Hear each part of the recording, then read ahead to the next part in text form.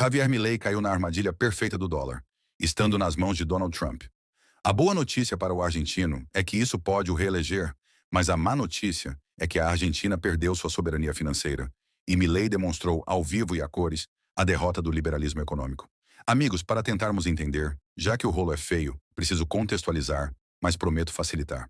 A Argentina é altamente dolarizada, e até o preço dos aluguéis são fixados em dólar. Ou seja, enquanto no Brasil você aluga um apartamento por R$ 2.000 e, independente do dólar, vai continuar pagando esse valor todo mês, na Argentina, digamos que o aluguel é US$ 100 que hoje, em 27 de setembro, vale 133 mil pesos. Se mês que vem o dólar sobe, você tem que desembolsar muito mais que 133 mil pesos para alcançar US$ 100 e pagar o aluguel. Lembrando que você recebe em peso, então a oscilação do dólar varia o preço até do seu aluguel. Ou seja, o argentino tem pavor da oscilação do dólar, e é aí que acontece uma combinação que deixa o país como uma panela de pressão prestes a explodir. Empresas e até a própria população compram muito dólar com medo da inflação. Afinal, se mês que vem o dólar subir, não vou precisar me preocupar em comprar dólar para o aluguel, pois já tenho guardado os US$ 100 que comprei barato esse mês. Essa dinâmica acaba causando escassez de dólares no mercado. E escassez significa valorização dele, o que é exatamente o que o argentino não quer. Para equilibrar essa balança, Milei começou a liberar os dólares do Banco Central, porque muita oferta abaixa o preço. Como numa feira, se só uma pessoa tem banana, ela vende como quiser. E nesse caso, o Banco Central chega com um caminhão de bananas para continuar com valor estável em relação ao peso argentino. Mas é aí que Milei se enrola, pois Milei não planta bananas. Só os Estados Unidos planta. Para manter o preço do dólar baixo, Milei distribuiu mais de 1 bilhão só nos últimos dias. Essa política de apagar incêndio vem secando as reservas do Banco Central argentino, restando 6 bilhões. Não tem mais banana para equilibrar os preços da feira, e Milei precisa dos Estados Unidos, que pode evitar que a panela de pressão exploda e o dólar alcance níveis desastrosos. Trump, que não é bobo, já prometeu 20 bilhões para não deixar a panela explodir, mas só se Milei se reeleger, o que bota pressão para que os setores empresariais apoiem Milei, ou pelo menos os que se prejudicam com a oscilação do dólar, já que há quem prefira a política da moeda local desvalorizada, geralmente alguns exportadores. Em resumo, meus amigos, a Argentina se tornou o experimento de como o dólar domina a economia mundial e ver toda a sua cadeia econômica agora refém dos Estados Unidos, sem falar que a probabilidade de Milei se reeleger aumenta. Afinal, quem quer a panela explodindo? Só os especuladores e investidores que vão vender dólares por preço exorbitante, isso se sobrar alguém com pesos suficientes para comprá-los. Cita-se que no último encontro com Trump, Milei mirou nos 20 bilhões e recebeu um tweet impresso da promessa de salvação, o que é uma terrível humilhação de dependência econômica. Lembrando que liberalismo econômico é quando o governo não se mete na economia.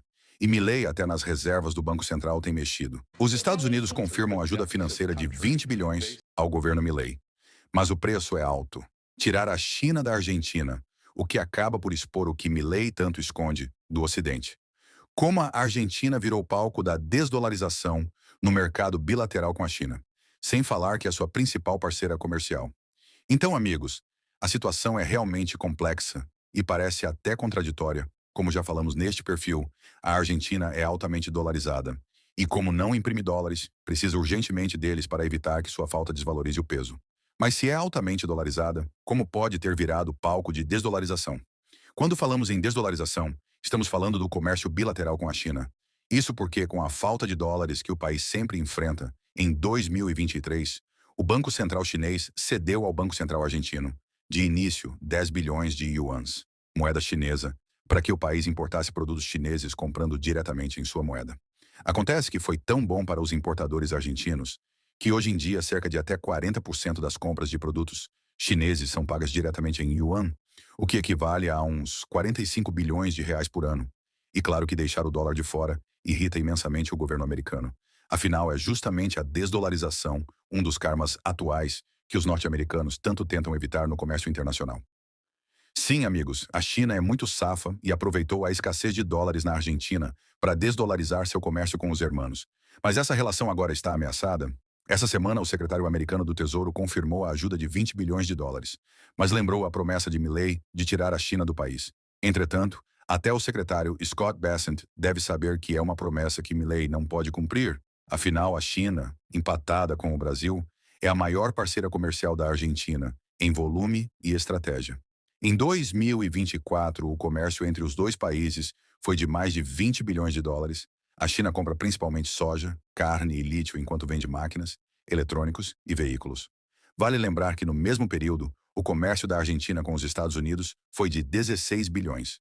Com o Brasil, foi de 28 bilhões.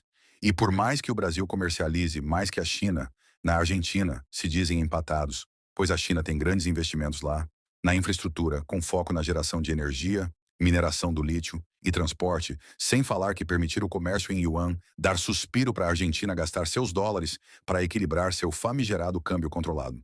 Sim, amigos, o buraco é bem mais embaixo, e no comércio bilateral entre os hermanos com a China, a Argentina compra 2 vezes mais do que exporta. E se você torce pelos Estados Unidos, pode se perguntar, não seria possível a Argentina parar de comprar tanto da China? Até seria, mas quem vende mais barato que ela, que ainda aceita receber em yuan, compreendendo que a Argentina não tem dólares? Teia de aranha, amigos, e uma China sendo cirúrgica perto de quem só negocia, apontando armas. Nem o Banco Central nem o HSBC conseguiram socorrer a Nissan na Argentina, evidenciando como as empresas não veem o atual controle cambial com bons olhos. Meus amigos, o liberalismo econômico de Milei tem sido um sucesso e as empresas estão aproveitando a liberdade para saírem do que chamam de território de produção inviável. Essa semana, a Nissan fechou sua única fábrica na Argentina, que agora produzirá o Frontier, no México. A medida da japonesa faz parte de seu plano de recuperação. Afinal, as automobilísticas tradicionais correm contra o tempo para participar da era dos eletrificados, e sua produção só deve ocorrer em 2030. Por hora, a Nissan planeja fechar 7 fábricas em territórios menos produtivos e a Argentina é uma das primeiras a perder a japonesa. Vale lembrar que o Brasil é o maior comprador do Frontier argentino, que agora será mexicano, e deve aumentar de preço sem as isenções tarifárias do Mercosul. Subir para o México evidencia que é mais vantajoso a empresa abrir mão da isenção tarifária do que continuar com produção defasada na Argentina, pois a capacidade da planta de 70 mil por ano tem produzido só 17 mil, e só agora foi revelado a dificuldade que a empresa vem tendo de importar insumos para a produção, por falta de dólares. Isso porque o Banco Central argentino passou a negar ou atrasar as autorizações de conversão do peso em dólar, afinal, não os imprime, e espera os 20 bilhões prometidos por Trump. De 2024 a 2025, o atraso do Banco Central em autorizar a conversão do peso em dólar ultrapassou até 120 dias, fazendo as empresas acumularem mais dívidas com fornecedores externos. Em junho, a revista Reuters revelou que a Nissan vinha tentando adiar o pagamento de seus fornecedores. Vale lembrar que 60% das peças montadas são importadas. Só 30% da produção é argentina por exigência do Mercosul. A proposta era adiar o pagamento desses fornecedores e pagar com juros ou emprestar dinheiro do HSBC, o que deu certo na Europa, mas ficou inviável no caso argentino, já que o HSBC também saiu do país ano passado após vender sua subsidiária ao Grupo Galícia. O curioso é que o banco saiu com a justificativa de desinvestir em mercados de menor desempenho para priorizar a Índia e a China. Ambos do BRICS, bloco que Milei rejeitou aderir quando convidado a participar em 2023.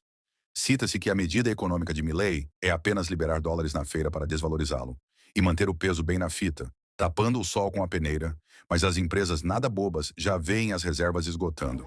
E pior, nas mãos de Trump, autorizações de conversão, atrasando meses e fornecedores esperando pagamentos que não chegam, preferindo fugir antes de uma bomba estourar.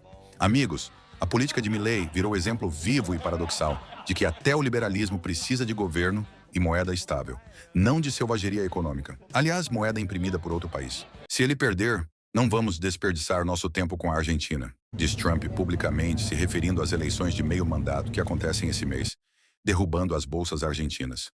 O corpo fala, mas alguns se humilham. Ontem, Javier Milei esteve na Casa Branca em reuniões do FMI para tratar da ajuda financeira de 20 bilhões prometida pelos Estados Unidos. Mas o que já se especulava, Trump verbalizou de forma radical, afirmando que os Estados Unidos não desperdiçará seu tempo com a Argentina, caso o partido de Milei não ganhe as eleições legislativas de meio mandato que acontecem esse mês. E ainda acrescentou, abre aspas, ele pode não vencer, mas acho que vai. E se vencer, continuaremos com ele, mas se não vencer, estamos fora. As palavras do presidente são vistas como uma ameaçadora campanha eleitoral pró-Milei. Ou vocês elegem os candidatos de Milei, ou eu quebro o país.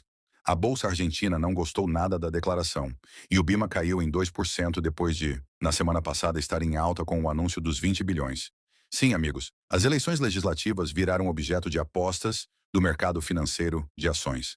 Vale lembrar que o governo Trump também deu uma aliviada a Milei com o secretário do Tesouro americano, Scott Bessent, afirmando que a Argentina não precisa encerrar o swap com a China para receber a ajuda.